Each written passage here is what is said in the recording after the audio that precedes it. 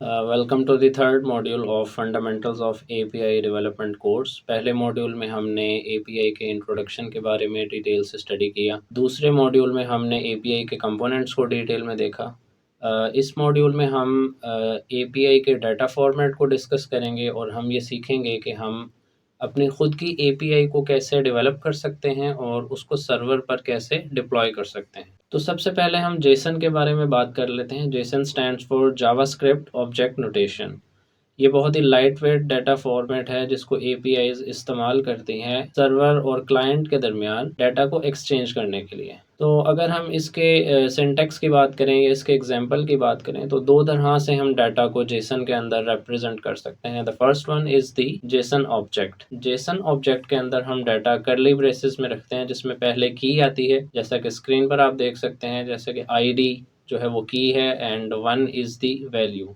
तो की pair value की फॉर्म में हम डिफरेंट डाटा टाइप्स को शो कर सकते हैं। लाइक यहाँ पे नेम जो है वो की है, इसी तरह हमारे पास ईमेल एक और की है और आगे ईमेल एड्रेस जो है वो उसकी वैल्यू है। तो अगर हमारे पास डाटा के अंदर मल्टीपल जेसन ऑब्जेक्ट्स आ जाएं तो हम उन जेसन ऑब्जेक्ट्स को कोमा की मदद से सेपरेट करते हैं और एक जेसन अरे के अंदर इन ऑब्जेक्ट्स को जमा कर देते हैं, तो ये जेसन अरे बन जाती है। तो जेसन की इंपॉर्टेंस के बारे में अगर हम बात करें कि हम जेसन को ही एपीआईज के साथ क्यों इस्तेमाल करते हैं, तो जेसन के अंदर जिस तरह डाटा को रिप्रेजेंट किया जाता है वो काफ़ी ह्यूमन फ्रेंडली है, ह्यूमंस उसको इजीली अंडरस्टैंड कर सकते हैं। इसके अलावा जेसन जो है वो काफ़ी प्रोग्रामिंग लैंग्वेजेस के साथ कंपैटिबल है। आप किसी भी लैंग्वेज में इसको मैनिपुलेट कर सकते हैं और जेसन के ऊपर डिफरेंट ऑपरेशंस परफॉर्म कर सकते हैं। जो सबसे इंपॉर्टेंट पर्सपेक्टिव है जेसन का वो ये है कि इसको हम इजीली पार्स कर सकते हैं। तो अगर हमारी एप्लीकेशंस जेसन में डाटा रिसीव कर रही हैं तो वो कम से कम वक्त में ज़्यादा से ज़्यादा डाटा को पार्स कर सकती हैं। तो अब हम डिस्कस कर लेते हैं कि हम अपनी खुद की एपीआई को कैसे डेवलप कर सकते हैं और उसको सर्वर पे कैसे डिप्लॉय कर सकते हैं।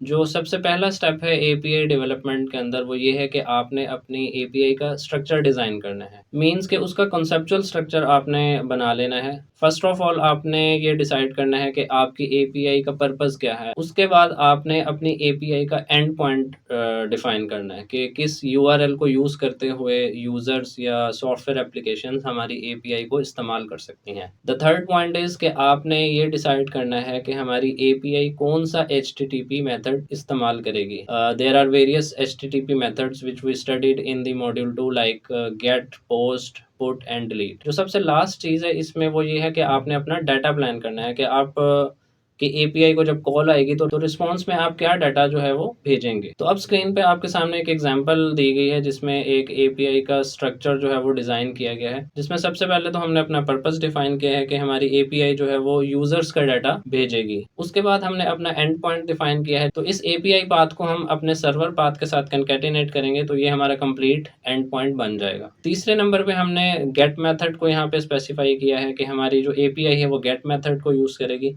एंड लास्टली हमने अपना रिस्पॉन्स जो है वो जेसन की फॉर्म में प्लान कर लिया है कि हम किस तरह यूजर्स का data in the form of Jason server side को भेजेंगे। तो अगर टूल्स एंड लैंग्वेजेस की बात करें तो there are various languages and tools which we can use for API development. Like we can use the Django framework, we can use Spring Boot, Laravel framework. There are various frameworks, but in this module we will be using the Node.js and Express.js as framework. Our language will be JavaScript और testing के लिए हम Postman tool को use करेंगे। Postman को कैसे use करना है ये आप पहले दो मॉड्यूल्स में अच्छी तरह सीख चुके हैं। तो अब हमारे पास हमारी एपीआई का डिज़ाइन मौजूद है, फ्रेमवर्क भी हमने सेलेक्ट कर लिया है। तो अब हम इसकी प्रैक्टिकल इम्प्लीमेंटेशन स्टार्ट करते हैं। एपीआई को डिप्लॉय करने के लिए हमें सर्वर की ज़रूरत पड़ेगी, तो इसके लिए आप गूगल पे जाएंगे और आप लिखेंगे Node.js। तो Node.js के लिंक को आप ओपन करेंगे, इसका सेटअप आपने डाउनलोड करके अपने सिस्टम में इंस्टॉल करना है। इसके बाद हम एक नई डायरेक्टरी बना लेते हैं। लेट्स से हम इसको एपीआई का नाम दे देते हैं। अब हम अपने प्रोजेक्ट को इनिशियलाइज करेंगे, तो इसके लिए हम कमांड लाइन इंटरफेस ओपन करेंगे यहाँ पे। तो अब ये कमांड हम cmd पर टाइप करेंगे npm space init space -y। तो जब आप इसमें एंटर प्रेस करेंगे तो आप देखेंगे कि एक पैकेज डॉट जेसन की फाइल जो है वो क्रिएट हो चुकी है।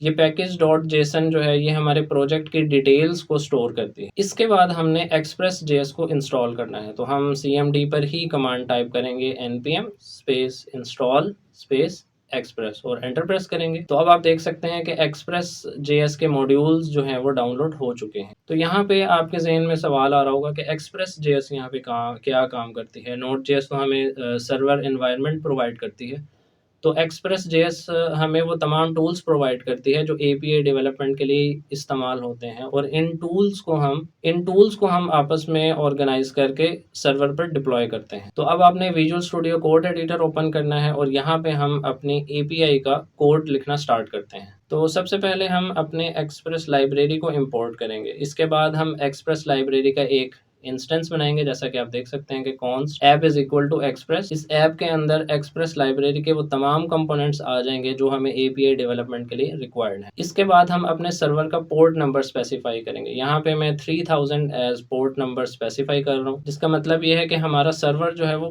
पोर्ट 3000 पर रन होगा। अब जैसा कि हमने डिसाइड किया था कि हमारी API गेट मेथड को यूज करेगी, तो यहाँ पे हम लिखेंगे app.get। गेट के अंदर हमने जो एंड पॉइंट अपनी API का डिफाइन किया था वो हम यहाँ पे मेंशन कर रहे हैं। उसके बाद हम रिक्वेस्ट और रिस्पॉन्स के वेरिएबल्स यूज करेंगे जो कि हमारी API के रिस्पॉन्स और रिक्वेस्ट को हैंडल करेंगे। तो इस गेट मेथड के अंदर आके अब मैं एक जेसन अरे क्रिएट करूंगा जिसमें मैं मुख्तलिफ यूजर्स का डाटा जो है वो शो करूंगा। तो अब इस जेसन अरे को मैं जेसन डाटा फॉर्मेट में रिस्पॉन्स के अंदर इनकोड करके भेज दूंगा। जो लास्ट मेथड है हमारा ऐप वेरिएबल का वो है लिसन।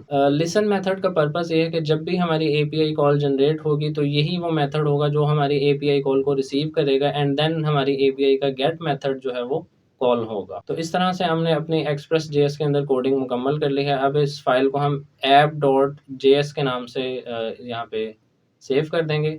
CMD पे अब हम वापस जाते हैं। यहाँ पे हम कमांड टाइप करेंगे node space app.js, enter press करेंगे तो अब आप देख सकते हैं कि आपके सामने मैसेज आ रहा है कि हमारा लोकल सर्वर 3000 पोर्ट पे स्टार्ट हो चुका है। अब आपने ये URL कॉपी करना है, तो पोस्टमैन में जाके आपने सर्वर का एड्रेस पेस्ट करना है और इसके साथ हमने कंकैटिनेट करना है अपनी API का एंड पॉइंट।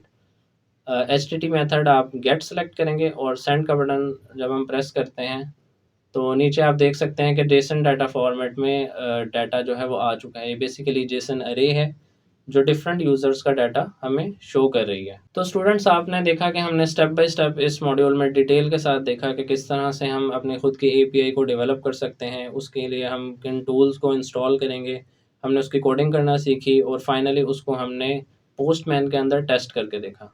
तो I hope now you have understood all the basic steps of creating an API.